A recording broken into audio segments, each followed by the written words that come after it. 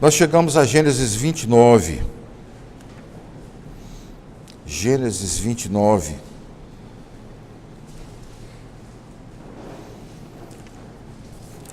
Esse capítulo fala da luta das duas mulheres de Jacó. É um capítulo estrutural, ele vai fornecer subsídios para muitas coisas depois. Entretanto, ele tem algumas lições preciosas. Gênesis 29, versículo 31. Vendo o Senhor que Lia era desprezada pela fecunda, ao passo que Raquel era estéril. Concebeu, pois, Lia, e deu à luz um filho a quem chamou Ruben. Depois disse: o Senhor atendeu a minha aflição, por isso agora me amará meu marido. Concebeu outra vez e deu à luz um filho, e disse: soube o Senhor que eu era preterida, e me deu mais este. Chamou-lhe, pois, Simeão. Outra vez concebeu Lia, e deu à luz um filho, e disse: agora desta vez se unirá mais a mim meu marido. Porque lhe dei à luz 3 filhos, por isso lhe chamou Levi. De novo concebeu e deu à luz um filho. Então disse: esta vez louvarei o Senhor, e por isso lhe chamou Judá, e cessou de dar à luz. Vendo Raquel que não dava filhos a Jacó, teve ciúmes de sua irmã, e disse a Jacó: dá-me filhos, senão morrerei. Então Jacó se irou contra Raquel e disse: acaso estou eu em lugar de Deus, que ao teu ventre impediu de frutificar? Respondeu ela: eis aqui Bila, minha serva, coabita com ela, para que dê à luz e eu traga filhos ao meu colo por meio dela. Assim lhe deu Bila, sua serva, por mulher, e Jacó a possuiu. Bila concebeu e deu à luz um filho a Jacó. Então disse Raquel: Deus me julgou, e também me ouviu a voz, e me deu um filho, portanto lhe chamou Dan. Concebeu outra vez Bila, serva de Raquel, e deu à luz o segundo filho a Jacó. Disse Raquel: com grandes lutas tenho competido com minha irmã, e logrei prevalecer. Chamou-lhe, pois, Naftali. Vendo Lia que ela mesma cessara de conceber, tomou também Zilpa, sua serva, e deu a Jacó por mulher. Zilpa, serva de Lia, deu a Jacó um filho. Disse Lia: afortunada. Ele chamou Gade. Depois Zilpa, serva de Lia, deu o segundo filho a Jacó. Então disse Lia: é a minha felicidade, porque as filhas me terão por venturosa, e lhe chamou Azer.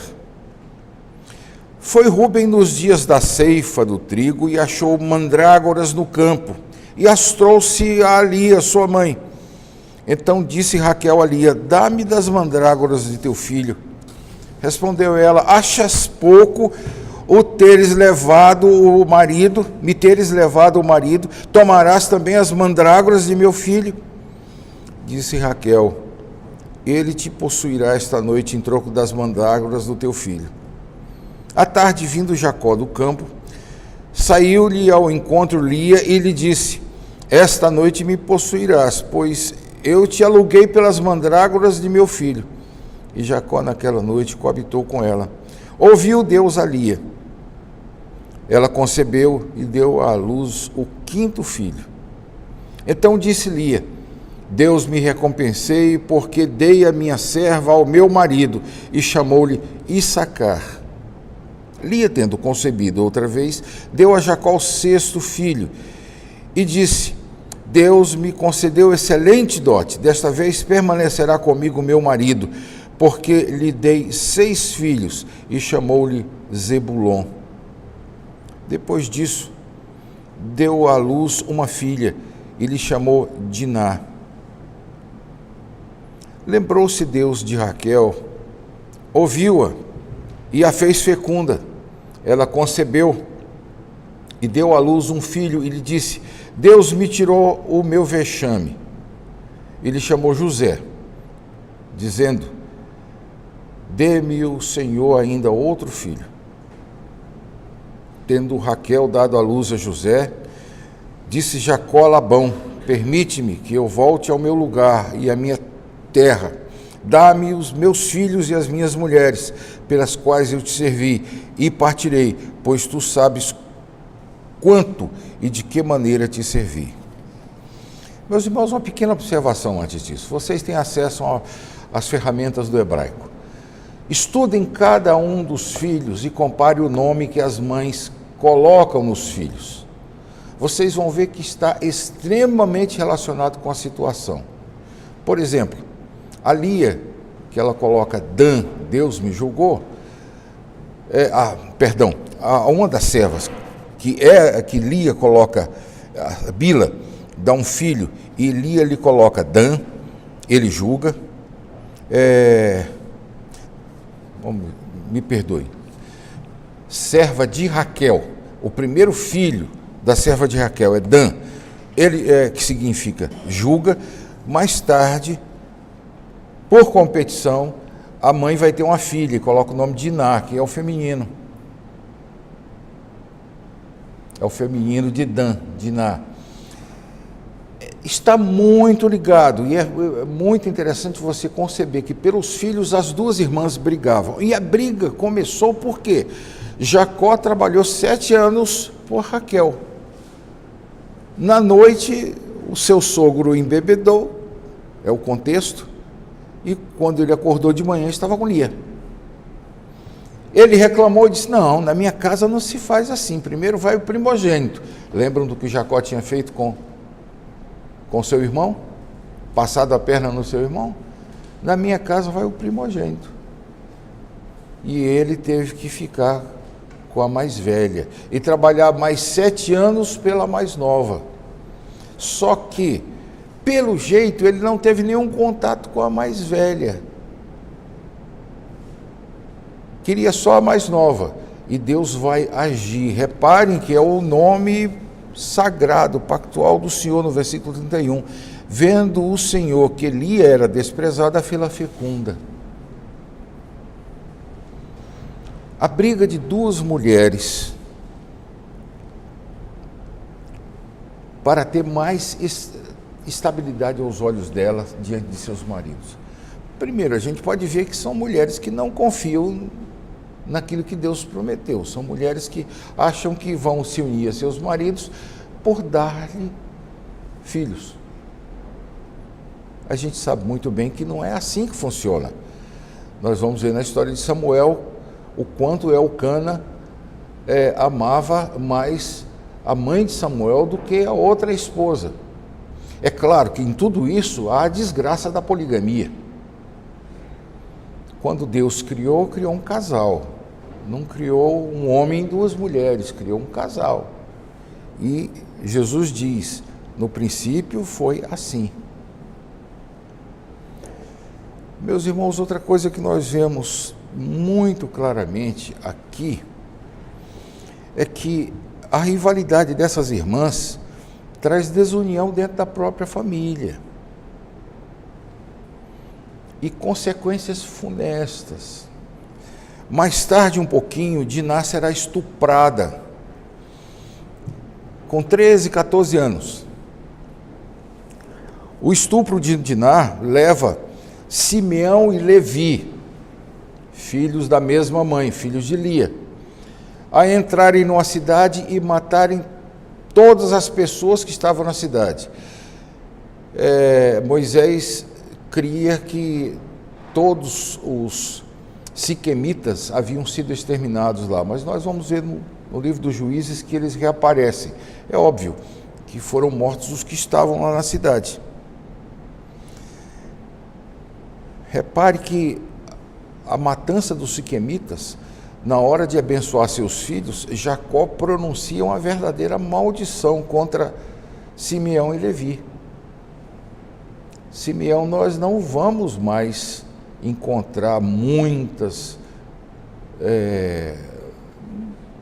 Muita história sobre ele, mas Levi vai se recuperar e ele será abençoado mediante a obediência a Moisés no Monte Sinai e vai formar a tribo dos levitas.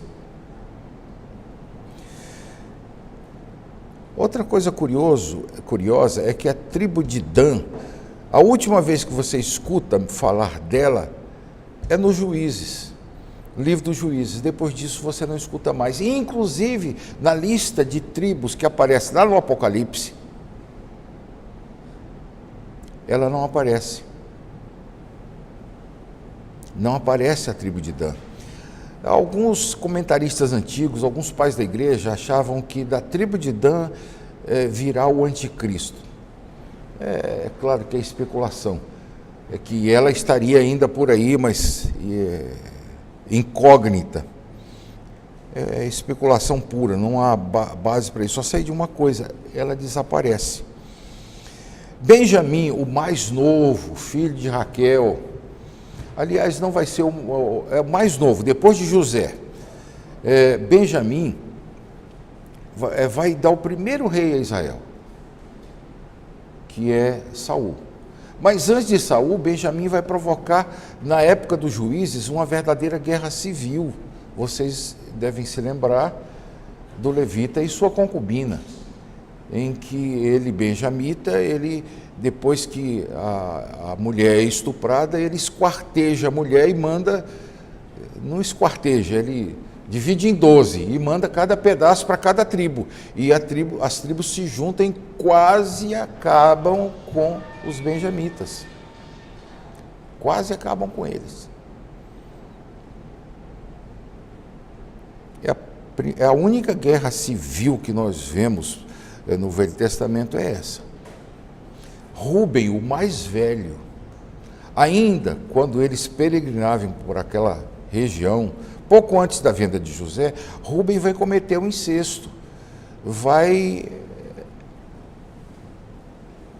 não sei se o termo técnico seria estuprar, mas usando os critérios de hoje, Bila, a esposa de seu pai. Nós também não escutamos mais falar de Rúben, da tribo de Rúben. E é interessante, irmãos, que todos os irmãos vão concordar com a morte de José. Vai ter um que vai ficar um pouco mais arrependido, que é Simeão, mas mesmo assim eles concordam, se bem que são os outros 10 que concordam com a morte, e esse que fica um pouco arrependido concorda em que ele seja vendido como escravo. Ou seja, é ilusório a pessoa imaginar que a poligamia tinha uma bênção de Deus. Não tinha. Quando ela diz aqui que Deus me abençoou porque eu dei minha serva a meu marido, ela está cometendo o mesmo erro que Sara cometeu. O mesmo erro que sua avó cometeu. E não há garantia alguma, pelo contrário, há desgosto de Deus. Jesus, falando a respeito da poligamia, diz que não foi assim desde o princípio. Deus tolerou pela dureza do vosso coração. Que era pecado, não há dúvida. Os patriarcas nasceram, então, debaixo do pecado. Todos nós nascemos. Todos nós nascemos debaixo do pecado. Davi, no Salmo 51, vai deixar bem claro que a concepção já foi debaixo do pecado. Não que as relações sejam pecaminosas, as relações lícitas de um casal sejam pecaminosas, mas as relações fora do casamento, ou a fecundação, a primeira célula, o zigoto, como dizem os médicos, que é a primeira célula que vai se dividir, ali já está presente o pecado. Se ali já está presente o pecado, ali já está presente também a alma. Ali já está presente o ser. Ali o aborto não é justificado em hipótese alguma. E nesse aspecto, os americanos, os ingleses, gozam de um privilégio que nós brasileiros não temos, nós que falamos português não temos. Nós usamos aborto para o aborto espontâneo e para o aborto praticado, sofrido ou consentido.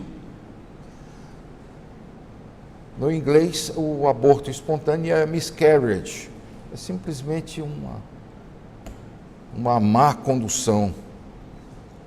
E abortion é usado apenas como termo técnico de uma coisa que foi buscado, ou que foi sofrido, ou que foi consentido, alguém pediu para fazer. Pois bem, irmãos, o que isso tem a ver conosco no seminário? O que eu poderia usar para aplicar a nós que estamos estudando aqui? Meus irmãos, primeiro eu já disse, esse texto é estrutural, ele vai fazer mais sentido depois. Aliás, ele quase todo vai ser repetido. Depois que nasce o último filho, vai ser repetido, inclusive dizendo quem nasceu aonde. E é claro que ele é um texto que é anacrônico, ele mostra todos os filhos, mas esses filhos nasceram ao longo de 20 anos. Muita coisa acontece entre um nascimento e o outro. Ele é um resumo, que não está sujeito ao tempo da narrativa do Gênesis. Mas eu acho que a grande lição aqui é o seguinte: todos nós temos problemas nos nossos lares. Se você achou que depois de casado você ia resolver todos os problemas que tinha, eu acho que você descobriu que os problemas mudaram. Alguns até resolveram, mas muito poucos. Apareceram uma quantidade enorme de problemas agora para resolver. Mas felizmente, como disse Salomão, vocês são dois. E o cordão de 2 dobras é mais difícil de romper. São 2 em 1. Os 2 são uma só carne. Segundo, nunca leve sua mulher a pensar que porque ela não lhe deu um filho, Deus permita que tal não aconteça, ela é menos esposa. Não, deixará o homem seu pai e sua mãe e se unirão a sua mulher e serão os 2 uma só carne. Ponto. A família está ali. Os filhos são bênçãos adicionais do Senhor. Não é preciso ter filho para que o casamento se complete. O casamento foi feito com a união dos 2. Nunca permita que sua mulher pense assim, se eventualmente você chegar nesse ponto. A solução clara para quem está com problema de ter filhos é a adoção, não é outra. Não faça outro tipo de coisa. Não, mas tem tratamentos, tal. Eu sei, tem tratamentos, tal, mas o que Deus espera é que você faça o que Ele fez em Cristo Jesus. Ele nos adotou. A solução clara é essa. Que Deus tenha misericórdia de nós e nos ajude a entender bem como as coisas que acontecem no íntimo da casa podem ter repercussões históricas no povo de Deus. Foi o que aconteceu aqui com essas 2 mulheres brigando para disputar a afeição do marido.